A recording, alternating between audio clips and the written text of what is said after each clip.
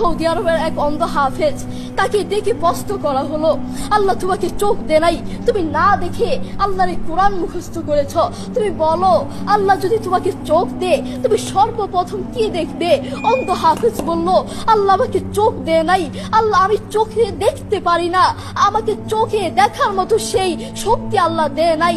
আমাকে যদি আল্লাহ চোখ ফিরিয়ে দে, আমি আল্লাহর কসম করে বলতে পারবো আমি আমার মাকে দেখবো না, আমার কলিজার টুকরো সন্তান আছে আমি সন্তানকে দেখবো না, আমার ভাই আছে, আমার বন্ধু আছে, আমার প্রিয় মানুষ আছে, আমি তাদেরকে দেখবো না। আমি দেখবো যেই কোরআন আমি না দেখে মুখস্থ করেছি সেই কোরআন দেখবো, সেই কোরআনের আয়াতগুলো কত সুন্দর তার দিকে তাকাবো। আল্লাহু আকবার। আমরা আমাদের কথা বলছি, আমাদের চোখ থাকতে আমাদের কোরআন পড়ার সময় হয় না। আপনি বলছেন আমি ব্যবসা করি সময় পাই না, কোরআন কোত্থেকে পড়বো? ব্যবসা করি, কোরআন পড়ার সময় পাই না।